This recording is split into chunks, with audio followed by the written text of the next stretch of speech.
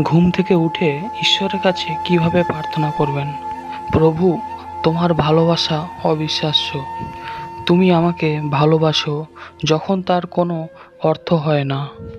আমি যতই ভুল করি, তুমি তখনও আমার সঙ্গে থাকো। তোমার প্রকৃত নিঃস্বার্থ ভালোবাসার জন্য আজ তোমাকে ধন্যবাদ দিই। আজকের আমি যে এই নতুন দিন দেখতে পেয়েছি, তার জন্য তোমাকে অসংখ্য ধন্যবাদ।